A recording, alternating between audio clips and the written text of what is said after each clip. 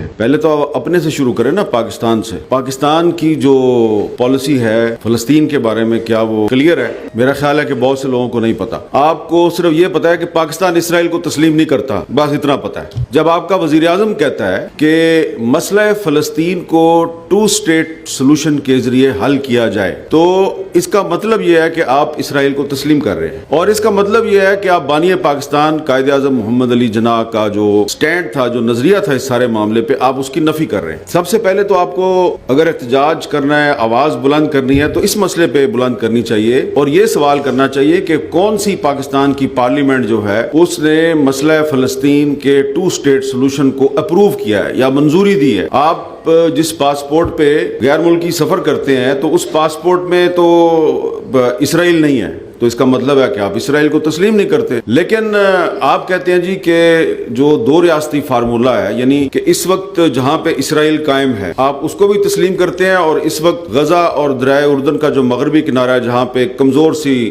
ایک نیم خود مختار فلسطینی ریاست قائم ہے, آپ اس کو بھی تسلیم کرتے ہیں. تو آپ دراصل یہ کہہ رہے ہیں کہ بس یہ جو اس وقت صورتحال ہے اس کو تسلیم کر لیں, یہی مسئلہ فلسطین کا حل ہے. اور آپ یہی کچھ کشمیر پہ بھی کرنا چاہتے ہیں کہ اس وقت جو کشمیر کا حصہ انڈیا کے پاس ہے وہ اس کے پاس رہے, جو آپ کے پاس ہے وہ آپ کے پاس رہے.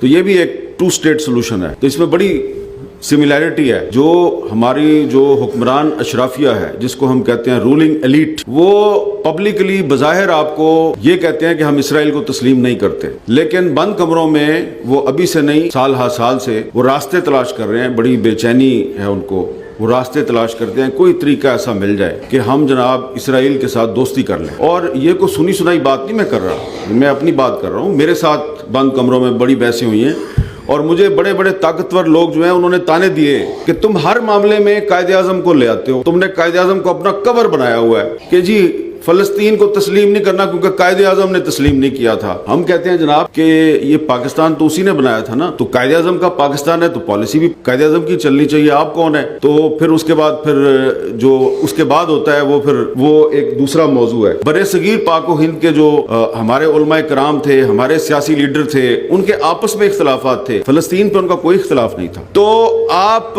دیکھیں کہ بانی پاکستان نے اسرائیل کو نہ صرف تسلیم کرنے سے انکار کیا بلکہ جو یونائٹڈ نیشنز کی جو ریزولوشن ہے اس کو بھی ریجیکٹ کر دیا. یہ کوئی جرم تو نہیں ہے, کشمیر پہ یونائٹڈ نیشنز کی ایک قرارداد تو نہیں ہے, 17 قراردادیں ہیں. 1948 سے لے کے 1957 تک 17 قراردادیں منظور ہوئی ہیں. انڈیا ایک کو بھی نہیں مانتا. اگر انڈیا ایک کو بھی نہیں مانتا تو پاکستان جو ہے وہ فلسطین پہ یونائٹڈ نیشنز کی اس قرارداد کو کیوں مانے جو کہ قائد اعظم محمد علی جناح نے بھی ریجیکٹ کر دی ہوئی ہے. لیکن افسوس کی بات یہ ہے کہ ہمارے ملک میں ایسے لوگ موجود ہیں جن کی زیادہ تعداد اوپر پائی جاتی ہے حکمران طبقے میں. وہ کہتے ہیں جی 2 اسٹیٹ سولوشن جو ہے وہ ہونا چاہیے, کیونکہ اتنی تو جرت نہیں ہے ان میں کہ وہ آپ کے سامنے آگے کہیں کہ جی ہم اسرائیل کو تسلیم کر لینا چاہیے. یہ جرت نہیں ہے. تو اس کو وہ انہوں نے ایک مخصوص الفاظ کا لبادہ پہنایا ہوا ہے کہ جی 2 اسٹیٹ سولوشن کو منظور کر لیں. ایک سابق فوجی سربراہ جو ہیں وہ جب ہمیں بند کمرے میں بلا کے تو اسرائیل کے ساتھ دوستی کے حق میں لیکچر دیا کرتے تھے, تو ہم نے بڑی دفعہ ان سے کہا جی کہ اس کا فائدہ کیا ہے؟ مصر نے اسرائیل سے دوستی کی, اردن نے اسرائیل سے دوستی کی, ان کو کیا فائدہ ہوا بتائیں آپ؟ کیا مصر کے حالات ٹھیک ہو گئے ہیں؟ کیا وہاں مہنگائی کم ہو گئی ہے؟ وہ کہتے تھے آپ نے دراصل اسرائیل کی صورت میں انڈیا کو ایک اتحادی فراہم کیا ہوا ہے, تو ہم جو ہے وہ اسرائیل سے دوستی کر کے تو انڈیا سے اس کا ایک اتحادی چھیننا چاہتے ہیں. یہ ہے جی لاجک ان کی ہے جی. میں نے کہا جی بات یہ ہے کہ میری جو ناقص عقل ہے اس کے مطابق جب تک پاکستان اپنا نیوکلیر پروگرام رول بیک نہیں کرتا آپ کی اسرائیل کے ساتھ دوستی نہیں ہو سکتی. تو وہ کہتے تھے نہیں نہیں نہیں اس کی فکر نہ کریں. تو یہ میں نے آپ کو ایک بات بتائی ہے کہ ٹھیک ہے آپ OIC کے اوپر بھی سوال اٹھائیں, سب کے بارے میں بات کریں, مصر کے بارے میں بات کریں, اردن کے بارے میں بات, پہلے اپنی منجی تھلے ڈانگ پھیرو. آپ کی چارپائی کے نیچے بہت سے سانپ جو ہیں وہ رینگ رہے ہیں اور وہ کسی بھی وقت آپ کی چارپائی کے اوپر آ کے آپ کو ڈنگ بھی مار سکتے ہیں. تو وہ جب منجی کے نیچے ڈانگ پھیرنا ہے نا وہ بڑا ضروری ہے. ایک بات میں ضرور کہنا چاہتا ہوں, میں اس موضوع پہ بڑی لمبی لمبی باتیں آپ کے ساتھ کیونکہ میں نے غزہ میں بڑا وقت گزارا ہے اور میں نے وہاں پہ دیکھا ہے کہ وہ لوگ جو ہے وہ پاکستان سے کتنی محبت کرتے ہیں. یقین کریں کہ وہاں کے جو بچے وہ بھی پاکستان کا نام سن کے تو تالیاں مارنی شروع کر دیتے ہیں.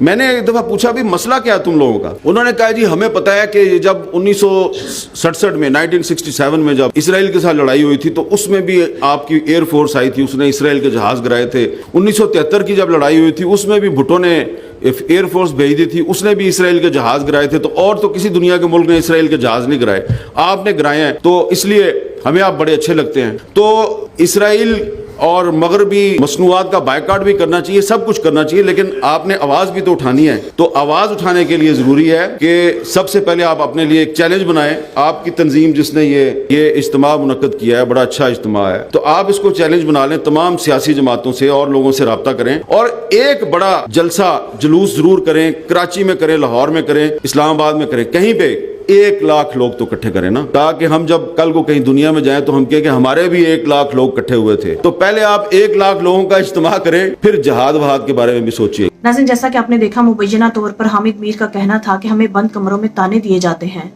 کہ قائد اعظم کی بات کوئی فرض نہیں ہے اور آپ ہمیشہ قائد اعظم کی ہی بات کیوں کرتے ہو. ناظرین, قائد اعظم وہ محسن ہے جنہوں نے ہمارے لیے ایک الگ ملک پاکستان بنایا. اگر قائد اعظم کی بات ہم پر فرض نہیں ہے تو بانی پاکستان کی بات ماننا ہم پر واجب ہے. بالکل اسی طرح جس طرح پاکستان کے قانون و آئین کو ماننا ہر شہری کے لیے ضروری ہے, بالکل اسی طرح قائد اعظم کی بھی ہر بات ماننا پاکستانی قوم کے لیے ضروری ہے. دوسری طرف ناظرین, نگران وزیر اعظم انوار الحق کاکڑ اس طرح کا ماحول پیدا کرنے کی کوشش کر رہے ہیں کہ اگر قائد اعظم نے کچھ کہہ دیا ہے تو وہ فرض نہیں ہے, اگر ہمیں قائد اعظم کے اگینسٹ جا کر بھی کوئی فیصلہ کرنا پڑے تو اس میں کوئی حرج نہیں ہے. آج نگران حکومت کے کسی بھی عہدیدار نواز شریف یا ان کی بیٹی کے بارے میں اگر کوئی بھی بات کی جاتی ہے تو اسے اٹھا لیا جاتا ہے, ظلم و زیادتی کا نشانہ بنایا جاتا ہے اور ان سے اس بات کی باز پرس کی جاتی ہے کہ آپ نے ان کے خلاف بات کیوں کی اور ان کے خلاف بولنے کی تمہاری ہمت کیسے ہوئی. لیکن آج قائد اعظم کے بارے میں اس طرح کی بات کہنے میں کوئی حد تک محسوس نہیں کی جا رہی کہ قائد اعظم کی کہی گئی بات کوئی فرض نہیں ہے. اگر قائد اعظم کے خلاف جا کر فیصلہ کرنا پڑے تو ہمیں کر لینا چاہیے. ناظرین, بطور پاکستانی ہمارے لیے ضروری ہے کہ ہم بانی پاکستان کو صرف نوٹوں پر چھاپنے کے لیے استعمال نہ کریں,